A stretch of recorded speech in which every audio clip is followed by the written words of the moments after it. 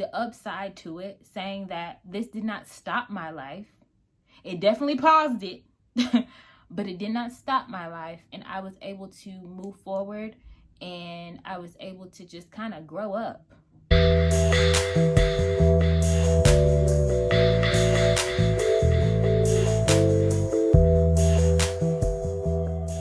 Guys, it's Erica here. Welcome back to my channel. If you are new here, welcome. Make sure you hit that subscribe button if you haven't already, and hit the notification bell so you do not miss another video of Erica's Diary. Erica's Diary is where I talk about my thoughts, my experiences, things that I've gone through, in hopes that it resonates with somebody out there, and hopes that it may inspire you to continue on your healing journey, or just be able to relate to somebody that has been through the same types of things. So today, you guys, I want to tell you about, it's kind of a follow-up video from the God Why Me video. If you have not seen it, please check it out. It is where I talk about the loss of my longest relationship that I've had, and it's actually the last relationship that I've had, and it ended very traumatic, and it was my first time actually sharing it publicly, meaning, sharing it to people besides, my closest friends or family. So if you have seen it, leave your comments. Let me know, what you think, if you've been through anything like that. If you have not seen it, just check it out. So this will be kind of like a follow-up, just so I can let you know maybe how I was able to get past that. And honestly, you guys, I don't know. It was a lot. I'm laughing, but it wasn't funny. Of course, I'm going to give all credit to Jesus, because obviously that was a time where I clinged to God. I was so confused. I couldn't understand. I was so hurt. I was very, very just I felt like almost it was an outer body experience, like it wasn't even me. And one thing I kept doing was asking God, why? And there's this sermon by T.D. Jakes, who I love watching his sermons, but I remember back it was around Christmas time, and he had this sermon called, "Can God Trust You with Trouble?" And I remember being out in Las Vegas, and just laying in my hotel room, just bawling in tears.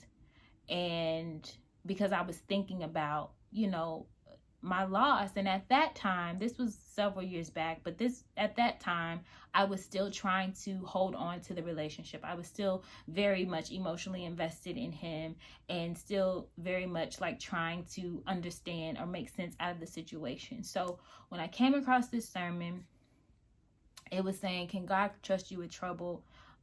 Basically saying that obviously nothing is a surprise to God. And he gives you an assignment because he trusts you with that assignment. And it kind of gave me a little bit of peace at that time, because I was like, okay, yes, this is not a surprise to God. God knew this was going to happen. And he had me in this situation, in this time, with this person, connecting me with this person for a reason. And I honestly feel like when everything first happened, and I was still communicating with him, I was printing off Bible scriptures, I was printing off quotes. I was still that rock for him to stay motivated and stay inspired and stay faithful and pray with him. We were praying on the phone together all the time. So if the feds was listening, they was listening to the prayer. Hopefully the Holy Spirit jumped on they selves too. Okay. And I felt like I had, I've had people ask me, well, how did you even get through that? And like I said, I don't know, but honestly, I had the grace to do it. I had the grace to get through it. God literally covered me with grace, because it's kind of like when if you're the type of person that's holding down 2 jobs, you're going to school full time, you got a kid, you got a husband, like, and people are like, how are you doing this, all of this, how are you? And you're like, I don't know. It's God's grace that's covering you to be able to do that.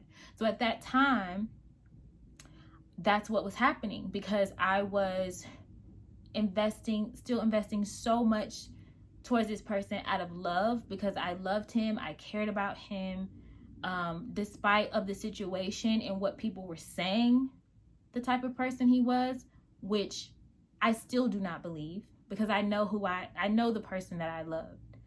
And so the moment where I felt like I couldn't do it anymore, as far as be that person for him by, doing all this stuff, putting money on his books and answering all his phone calls and sending him emails and sending him quotes and pictures and scriptures, when I felt like and visiting him, when I felt like I could not do that anymore, I felt like that's when I no longer had the grace to do it. So I felt like God was telling me, okay, let him rely on me. He's relying on you way too much. Let him rely on me. So I felt like I did not have the grace to do it anymore. And it hurt me to step away. I didn't want to step away. That was the relationship that I thought I was going to be married. I was going to have a child. I was going to have a family. Like, that's what I thought what that was going to turn out to be. And it didn't. So, honestly, you guys, a lot of that time I was resentful towards him, because I felt like he missed out on a lot of monumental moments for me, like turning 30. He wasn't there to celebrate that with me. Starting my own brand and business, he wasn't there to celebrate that with me. Christmases, birthdays, Thanksgivings, like all these holidays, me getting a new job, he wasn't there to celebrate or support that. Me moving into my new place, he wasn't there to help me do that or celebrate that. And it was just like he missed out on everything. It was like it was literally like a death, where you wish somebody was there, but then they can't be.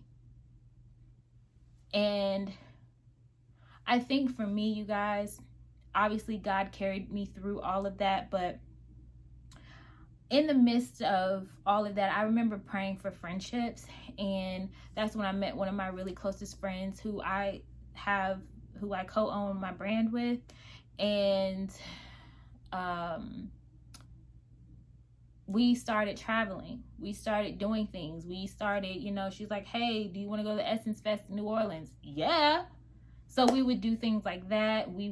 I remember one year, I think it was 2017, where I traveled to 11 places in 12 months. Yeah. Use that PTO very strategically. but I was able to travel, go out with my friends, go to concerts. Like I said, I was able to move into, because up until that point, I had lived with my parents all the way up until 30. And my parents are the type of people like, hey, you ain't got to move. Ain't nobody kicking you out. You don't have to move out till you get married. And I'm like, are you sure? Because that might be a very long time. But for my own personal reasons, I wanted to move out. It wasn't like I, I'm in a hurry to pay some bills. Like, no, it was just something that I wanted to do for myself. I wanted to have my own space. And I did it. And I was able to also start a new career path with a new job. I was able to, like I said, start All Things Melanin. And just a lot of things I really prospered. And I know that it was all God's hand on me. Like, I just really can't even explain it any more than that. And the one thing that I've always, and I still am believing for, is restoration in love. And I don't mean restoration with him or, our relationship. I've come to terms, and I've accepted the fact that that's over with. I've accepted the fact that I'm not the same person anymore. He's not the same person anymore. I've accepted that. And I think that's one of the biggest things, or the biggest ways to really know if you are healing from a situation or not, is accepting what has happened. And that is so hard to do because you don't want to accept. I sat in the why me, why this, why did this happen? And I've even sat in the pool of pity. I sat there and blamed myself for like, how could you not see this? How could you not know? How could you not, recognize this? Or you should have left back when he did this. Like, it's crazy, all of these steps of grievances, and you really just cannot let anybody tell you what the right and wrong way is to grieve. And that's one of the things about this channel is like, I'm just sharing the ways that I did it. I'm not on here telling you this is what you need. This is the 5 steps on how you can get over a situation. No, you got to get over it the way that you can get over it. And even with people that are close to you and you're telling them about the story, they're not in it. So they now there's blessings of not being in it because people can see outside of it. You know what I'm saying? People can see from the outside looking in. But when you are the one that's emotionally connected, you are the one that's spiritually and physically and mentally involved with this person, you're the only one that can make those decisions for yourself. Because I used to be like, oh, I'm gonna be over this. I'm gonna be over this. And I wasn't. It took me years to get over that. Years. And I know that I am because I can talk about it without getting mad. I can talk about it without getting angry, sad. But it is very traumatic. So I know that it is something that I will always remember, that I'll be able to tell my grandchildren about it. It was very traumatic. And, but I was able to move on. God did restore me in other ways. He did restore my faith. He did restore my peace. He restored my joy. He still covered me. I was still able to move forward and like really be successful at things that I set out to do at that time. And he still is covering me in that way. The only thing that I feel like is not happening is the restoration in love type of thing. And I'm really getting to that space where like, I'm like, okay, God, yeah, so I suffered that loss. Where is the restoration for it?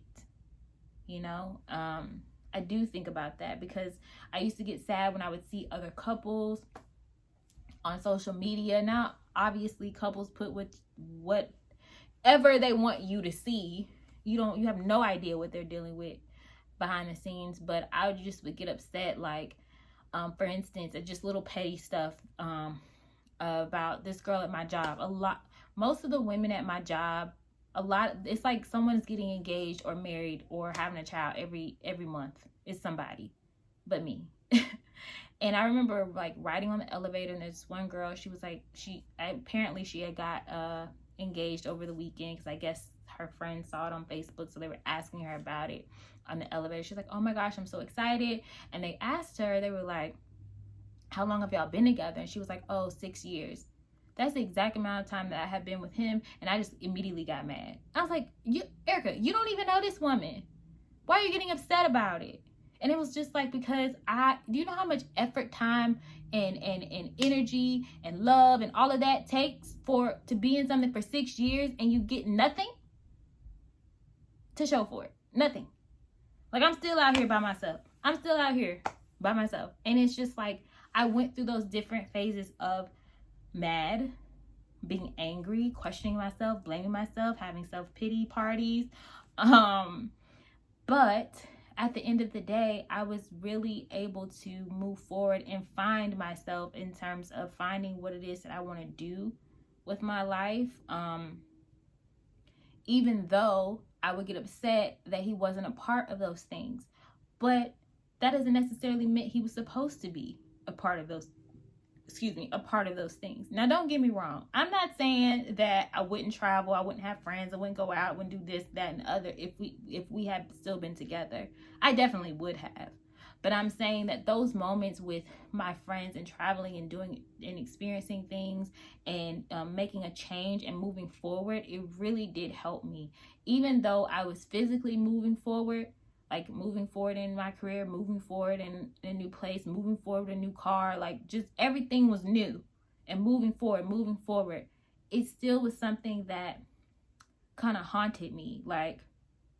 So there were times where he couldn't understand why I no longer could be there for him like I was. And he had got mad one time and was just like, well, whoever you're with, you know, I hope it works out or whatever. And I'm like, whoever I'm with somebody. Please let me know who I'm with, because I don't know anybody I'm with.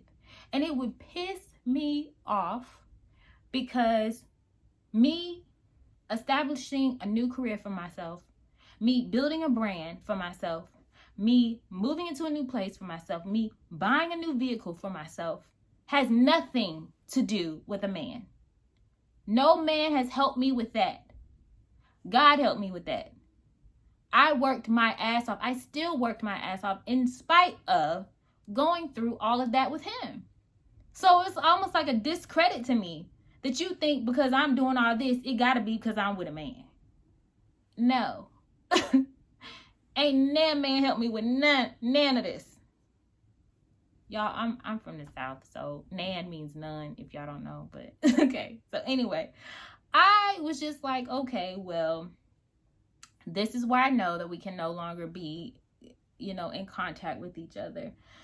But I'm just going to wrap this up by saying, you know, you got to take your time and do whatever it is that you feel like you need to do to move forward and move past something. And just always remember that whatever you've gone through or whatever's happening to you is not a surprise to God. And there is a lesson in it for you. And I think the lesson in it for me was obviously that I need to put all my trust in God, because it was like everything just went out of control, and that he has you in a certain season for a reason, and that he has you in certain situations for a reason, and all things do work out for your good. And so at the end of the day, it did work out for my good in terms of, you know, I didn't end up having children and didn't end up married. That would have been a whole other situation, because I've seen it. When I used to visit him, I've seen wives go up there. I've seen women pregnant going up there. I said that in the video, and it's just a heartbreaking situation. So if I look at the upside to it, saying that this did not stop my life, it definitely paused it, but it did not stop my life, and I was able to move forward, and I was able to just kind of grow up. Even though in the relationship department, I do desire a relationship, and it kind of frustrates me sometimes that I don't have one, because I feel like I deserve one, especially with all that I went through. Like, yes, God should be like sitting on his throne like, yes, you deserve, here is your king, you deserve it. Like, hello. No, but see, no, for real. So you guys, please like, share, comment. Let me know what you think about this. Let me know how you were able to overcome something that, you know, was traumatic for you, or something that you have been through that you were like, I don't know how I'm gonna get over this. Or let me know how you bossed up after the situation. And I would love to hear your comments and what you have to say about this. So thank you for watching, and be sure to hit that subscribe button and notification bell so you don't miss the next video, and I will see you there. Thanks for watching. Love and light. Bye, guys.